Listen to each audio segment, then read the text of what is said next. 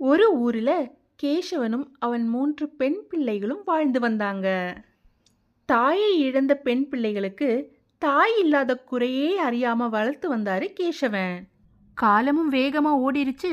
இப்ப பிள்ளைகளும் வளர்ந்து திருமண வயதை அடைந்து விட்டார்கள். ஒரு நாள் கேசவன் மூவரையும் அழைத்து இவ்வாறு கேட்டார். உங்க 3 பேர்ல என்னை யார் யாருக்கு எவ்வளவு பிடிக்கும்னு சொல்லுங்க. அதற்கு 3வது மகள் இவ்வாறு கூறினாள். எனக்கு உங்களை தேன் அளவுக்கு பிடிக்கும். 2வது மகள் இவ்வாறு கூறினாள். எனக்கு உங்களை சக்கரை அளவுக்கு பிடிக்கும்பா. மூத்த மகளிடம் கேட்டதற்கு அவள் இவ்வாறு பதிலளித்தாள். அப்பா எனக்கு உங்களை உப்பு அளவுக்கு பிடிக்கும். இதை கேட்ட கேசவனுக்கோ கோபம் வந்தது. அவளை கடிந்து கொண்டான். 3 மகள்களுக்கும் திருமணம் நடத்த முடிவு செய்தான் கேசவன். அதன்படி 3வது மகளை ஒரு ஜமீன்தாருக்கும் 2வது மகளை ஊரிலேயே பெரிய செல்வந்தருக்கும் மூத்த மகளின் மேல் உள்ள கோபத்தினால் அவளை ஒரு கூலிக்காரருக்கும் கட்டி வைக்கிறார். பிச்சைக்காரனுக்கு தான் உன்னை கட்டி வைக்கிறேன். இது உன் தண்டனை. இனி இவனோடு வாழ கற்றுக்கோ. மற்ற 2 மகள்களும் நல்ல வசதியான வாழ்க்கையை வாழ்ந்து வந்தனர். ஆனால் மூத்த மகளோ மிகவும் வறுமையான நிலையில் இருந்தாள். அவள் கணவர் அன்றாடம் வேலைக்கு போனால்தான் அவளுக்கு உணவு. ஒரு நாள் அவள் கணவர் வெகுநேரமாயும் வீடு திரும்பவில்லை. பசி பொறுக்காமல் அவள் இவ்வாறு செய்தாள். எனக்கு ரொம்ப பசிக்குது. இந்த தோட்டத்துல ஏதாவது கிடைக்குமா? கொஞ்சம் பழம் போதும். ஐயா எனக்கு ரொம்ப பசிக்குது. என்கிட்ட கூட காசு எதுவும் இல்ல. ஏதாவது சாப்பிட இருந்தா கொடுங்க ஐயா. கிழங்கு வேணா இருக்கு, அதை நீயே படிச்சுக்கோ. அங்கே மண்வெட்டி இருக்கு. அந்த கிழங்கு செடியை தோண்டி உள்ள இருக்கும் கிழங்கை எடுத்து சமைத்து சாப்பிட்டுக்கோ. சரி. அவள் கிழங்கை தோண்டிக் கொண்டிருக்கும் போது ஏதோ தட்டுப்பட்டது. அது ஒரு புதையல் பெட்டி. அதை அவள் குழியிலிருந்து எடுத்து யாருக்கும் தெரியாமல் வீட்டிற்கு கொண்டு வந்தாள். மிகவும் சந்தோஷமாக வேலைக்கு போன அவள் கணவன் வருகையை காத்திருந்தாள். அவள் கணவன் வந்ததும் ஆனந்தமாக வீட்டுக்குள் அழைத்து சென்றாள். இங்க பாரு, நான் உனக்கு ஒண்ணு காட்டுறேன். பாத்தாயா இந்த புதையல? அடடா, இது எங்கே கிடத்தது? அவள் நடந்தவற்றை கணவனிடம் கூறினாள். புதையல் நம்முடையது. இப்போது நாம் பெரிய மாளிகை கட்டலாம். ஆம், பணக்கார வாழ்க்கை வாழ்வோம். இப்பொழுது அவள் நிலைமையே தலைகீழாக மாறிவிட்டது. நல்ல வசதி வாய்ப்பும் வந்துவிட்டது.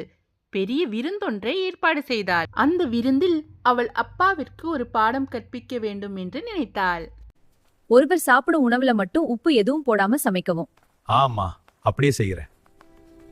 அவள் அப்பாவையும் அவள் குடும்பத்தினர் அனைவரையும் விருந்திற்கு அழைத்தாள். அனைவரும் வாருங்கள், இந்த விருந்தை அனுபவியுங்கள். ஆம் அப்பா, இது மிகவும் சிறப்பாக உள்ளது. எல்லாரும் இங்கே இருப்பது சந்தோஷம். அவள் அப்பாவிடம் சாப்பாடு எப்படி இருக்குதுப்பா என்று கேட்டாள். அப்பா, என்னம்மா உணவு, எதுலயும் உப்பே இல்லையே. அதற்கு கேசவன், சாப்பாடெல்லாம் நல்லாதான் இருக்கு, ஆனா எதுலயும் உப்பே இல்லையேமா என்று கூறுகிறார்.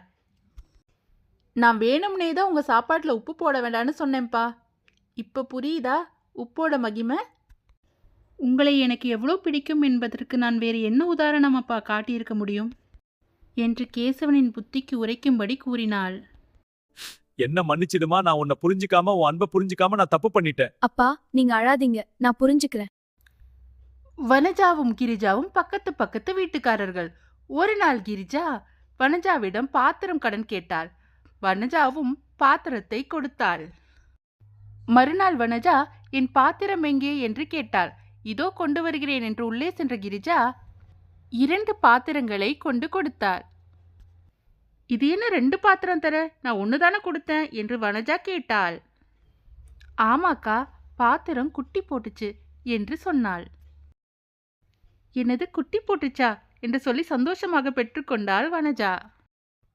மறுநாள் கிரிஜா மீண்டும் பாத்திரம் கடன் கேட்டாள்.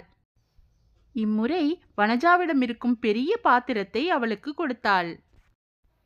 இம்முறை வெகு நாள் ஆகியும் பாத்திரம் வராததால் வனஜா கிரிஜாவிடம் பாத்திரம் எங்கே என்று கேட்டாள். அதற்கு கிரிஜா, பாத்திரம் செத்துவிட்டது அக்கா என்று கூறினாள்.